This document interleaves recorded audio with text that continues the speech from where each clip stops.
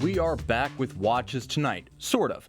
This is going to be a recorded short in honor of the Memorial Day 500, so race fans, as you gear up, let me team up with you and some of my favorite watches from the annals of wheels and watches, motorsports watches for the Indianapolis 500 weekend. All right, aside from a rather ferocious qualifying effort from Danica, let's see what we've got. Remember, the watch box, holiday or not, is the number one place to buy, sell, and trade your watches. It's where you can see the best photography, write-ups, largest inventory, and of course, my own videos. Peerless on the internet, check out thewatchbox.com, our new home on the web.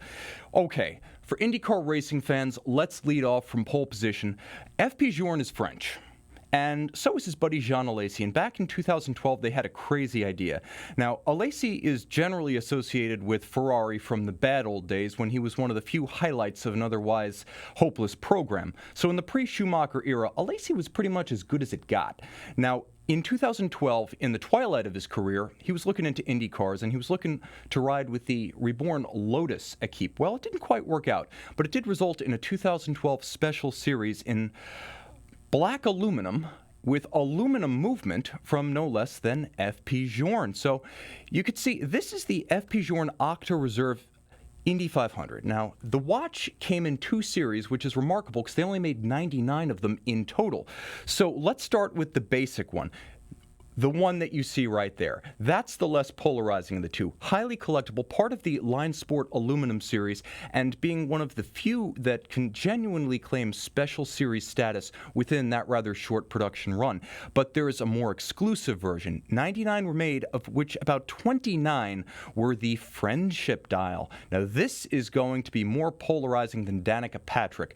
So you have a combination of Jean Alesi, Lotus, and the Indy 500 logo. Does it belong? Is it gaudy? Was FP Journe cashing in?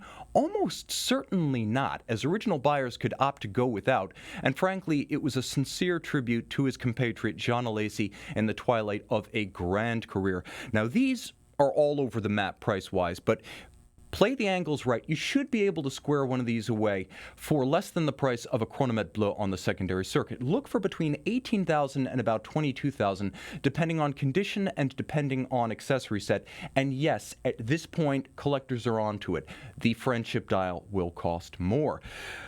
Moving into the world of endurance racing, okay, we've got a few weeks yet till the 24 hours of Le Mans, but I'm revving up my engine because, for me, endurance racing is where it's at. Looking back to January and the 24 hours of Daytona, there's my favorite Corvette team from GM flying the flag on the high banks.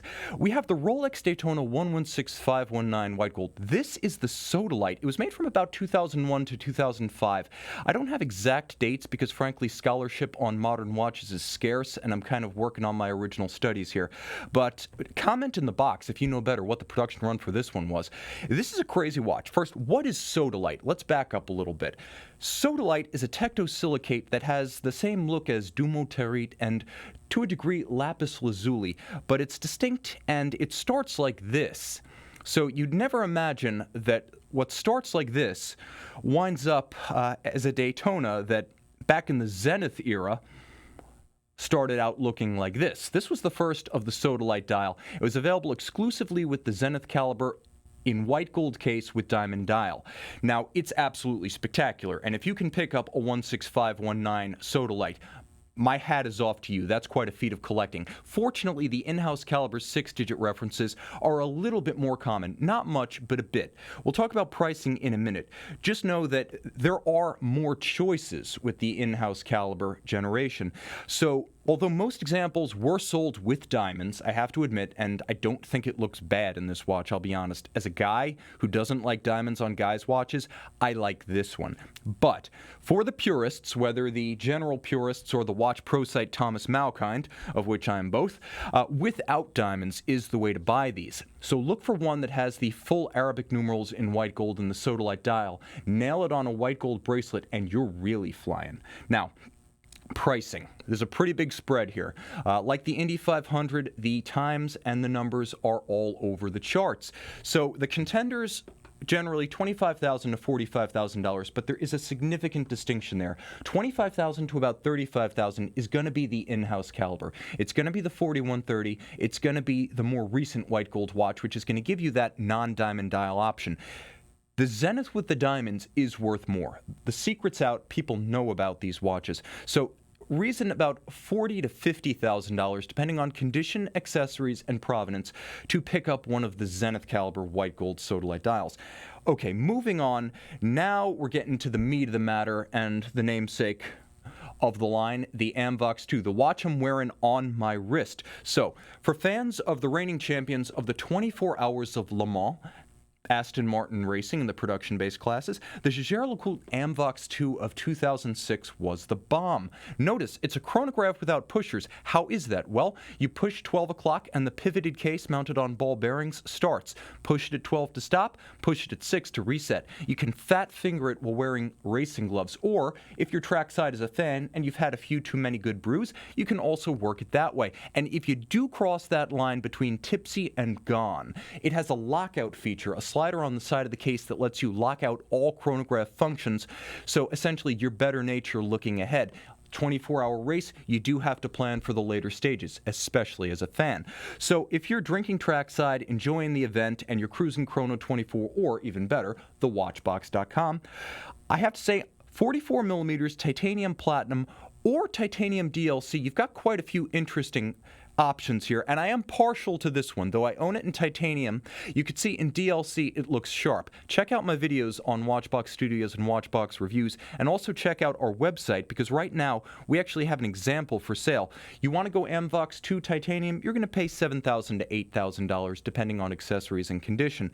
You're going to pay $8,500 to about $9,500 to get the DBS Chronograph.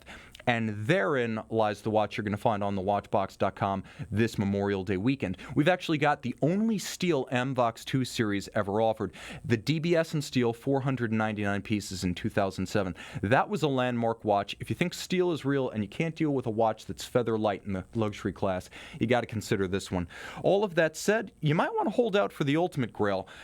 And the ultimate would probably be a platinum DBS, of which 100 were made, or the Amvox 2 final edition, the Amvox 7. Yes, it's called the Amvox 7. It's the Amvox 2 in all but name. What set this one apart was the more Aston Martin-influenced grille design doubling as a dial, the radial power reserve at 12 o'clock borrowed from the Extreme Lab 2, and the pull-tab quick-release system from the Extremes, the compressor Extremes, that let you pull the tab and remove the strap. So this watch has got it all going on, but you'll pay about $10,000 to $12,000 for one of these on the market. Still, what a beautiful dream. That was the sunset of the Amvox series from 2012 to 2014. Now, bringing up the rear, in this case, last is not least. This isn't in a racing sense. This is in the general sense of value and content for the money, as well as high style. TAG Heuer may as well lead the line with the TAG Heuer Carrera MP412C. Now, this is a watch that offers immense style and substance, which is not universal among tags. First, this one is a change of pace from racers, as it's dedicated to the road car of the same name, the MP412C that launched in 2011. A stunning machine, but the one on your wrist can follow you into the boardroom, the bedroom, and the restaurant. 2011, a limited edition of these watches, 1,000 pieces in titanium, 43 millimeters, was issued, and it's superbly composed because McLaren stylist Frank Stevenson was part of the design effort for this tag. A lot going on and a lot that works. Orange, black, a matte finish on titanium, smoked sapphire center dial, and the dial calibrated 0 to 11 hours, which I adore. Now, 100 meters water resistant for a land sports watch is stunningly versatile. Add an annual calendar and a flyback chronograph in the caliber 49 Automatique, and now you're talking. This one's got all the toys, and for $6,500 to $7,000, this is a Memorial Day 500 speed machine you can actually afford. Finally, I want to remind you guys that though I typically do YouTube, and most of what I do is in long-form video, I also do short-form videos, and we have two wonderful Instagrams for you to consider. First, Instagrams. Tim_Mosso on Instagram is my home on the gram. It's where I post short-form reviews, my 1-minute watch review videos, as well as some static shots that strike me of watches I love. Also, check out Watchbox Global, which has photos of watches from our global inventory. Which brings me to my last point, guys. Before you break for Memorial Day barbecues and the Indy 500, spare a thought for our Hong Kong office on the far side of the world. If you can't make it stateside, that's our home away from home. The best watches in the world on the the far side in the watch mecca of Hong Kong. A great place to visit, a great place to buy. Call in, visit my friends Josh, Zoe, and the entire crew. Until then, happy Memorial Day for racers, and for those who served, you have our gratitude. I'm Tim, and this is Watches Tonight.